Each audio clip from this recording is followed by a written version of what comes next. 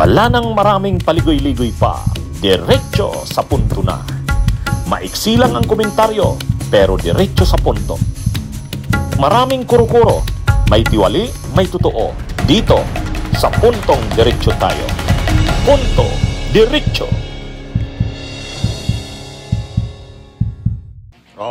Punto Diretso mga kabunyog, mga kababayan.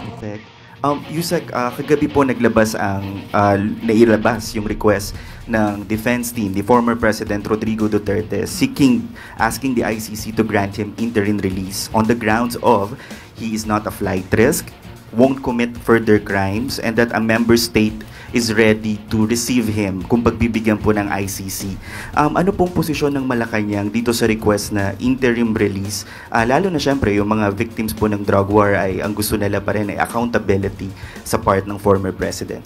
Pero unang-una, nabasa natin na parang i-claim po nila or ilalagay po nila sa kanilang petition na that Mr. Duterte will not imperil proceedings if released. Mr. Duterte will not continue to commit crimes. So in one way or another, the council admitted that the former president, had committed such crimes. Just a question, because they will include that in their motion or petition that Mr. Duterte will not continue to commit crimes. So may pag-amin ba rito? And anyway, if that's their strategy, sana lang po ay mapaniwala nila yung mga ICC judges at huwag nilang masabi later na ang kanilang mga pinangako, dahil may mga pangako sila sa kanilang sa petisyon, ay masabing nagbibiro lang sila, katulad na nangyari sa pangako sa jet ski. Well, anyway, kanila pong strategy yan at hayaan na lang po natin ang ICC ang mag-determine kung sila pa ba'y paniniwalaan at kung mag-grant ang kanilang request for interim release. At kung ano man po maging desisyon ng ICC, the Palace or Malacanang will respect kung pagbibigyan man po itong interim release. Opo, nasa ICC na po kasi yan. Nasa kamay na po ng ICC kung ano po ang kanilang magiging decision or resolution on that matter. Coming from Vice President Sara Duterte during a meeting with the OFWs in Kuala Lumpur. Ang sabi niya po, kasama niya rin kasi si Senator Amy Marcos. Sabi niya, dinadala niya raw doon si Senator Amy kahit saan kasi hindi ako ang magbabalik kay dating Pangulong Duterte sa Pilipinas dahil ang kapatid mo, referring to President Bongbong Marcos, ang nagpadala sa kanya sa The Hague. Ikaw ang magbalik sa kanya. So, how does Malacanang respond to this statement, especially with former Duterte now, President Duterte now seeking interim release? At saka, yung message nga po sa mga OFW na si Pangulong Marcos daw yung nagpadala sa Hague. Ito ba yung yung binanggit niya na hostage niya, yes, si Senator Amy Marcos?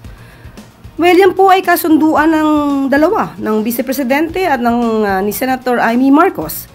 Ang Pangulo ay hindi at walang partisipasyon sa kanila naging kasunduan. It is, the President is not a privy to the contract or agreement between a user and a person willing to be used. Hindi walang kinalaman ng Pangulo sa kontratang kanilang pinasukan, yung isang tao na manggagamit at isang taong willing magpagamit. At ang nais lang po natin sana ay ang Pangulo po kasi ang sinabi niya ay tuloy-tuloy siya sa kanyang pagtatrabaho, focus sa trabaho. Nadagdag pa nga po ang problema dito sa Siquijor. At kung ang Vice Presidente lamang sana ay nakipag-usap sa kanyang kaibigan, baka hindi pa dumaan at dumating sa krisis na ito sa Siquijor. Sabi ni Kaufman, nangako siya sa ICC Pre-Trial Chamber 1 nang nag-submit siya nung kanyang urgent request for interim release ni Digong. Nangako siya na hindi na daw magkukumit uli ng crimes o krimen si Duterte. Bakit niya sinabi yun? Talagang itong si Kaufman, nilaglag si Digong. Inamin niya mismo na nakagawa ito ng krimen.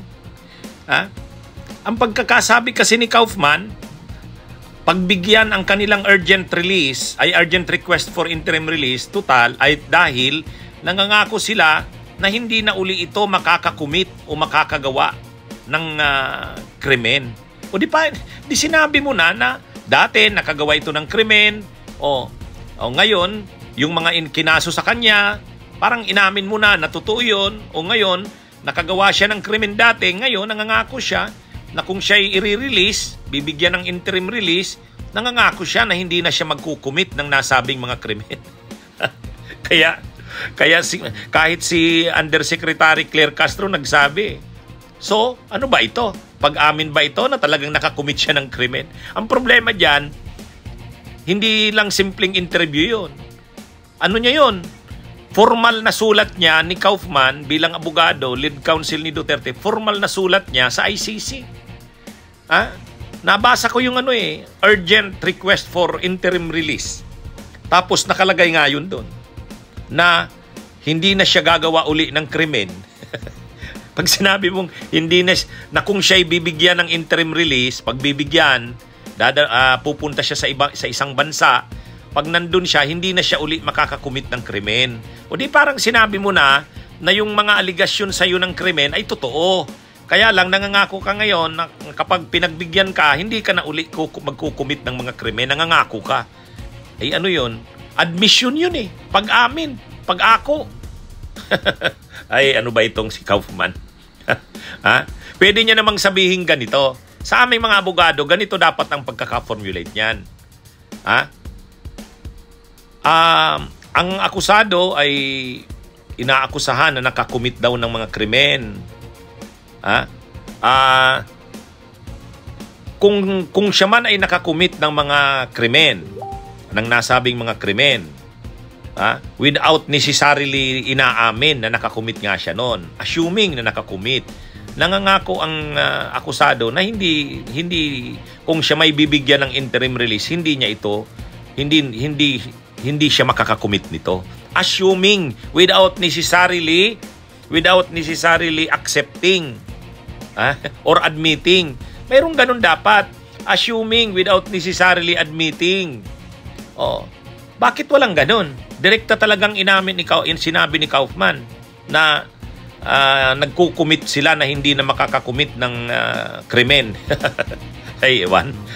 Bahala na nga itong si Kaufman. Nilaglag si Digong Bunyog, halikan na kasama ka.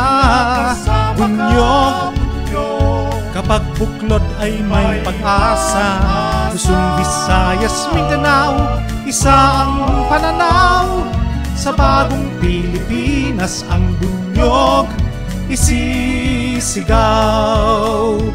Bunyog.